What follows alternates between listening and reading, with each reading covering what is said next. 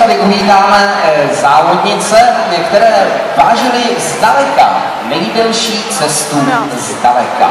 Přijeli nám totiž zatancovat až z Frýdku místku, Stormbeat, TLP, Frýdek místek a mají skladbu, vidíte, že jsou velmi zvláštně oblečení, ale hned jak vám řeknu, co nám zatancují, jaké je téma, tak vám to bude jasné.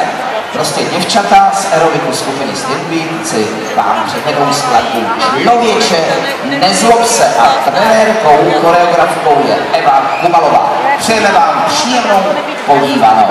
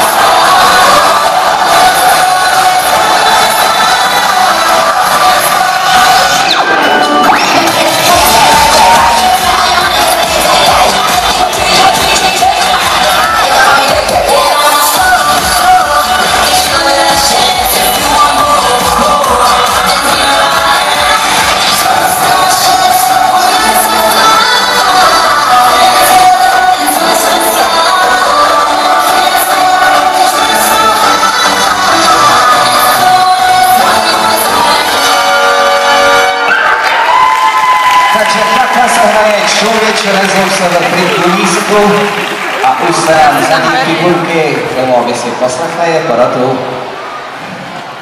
Tak, holky, malý hodnocení hodné oběžnosti.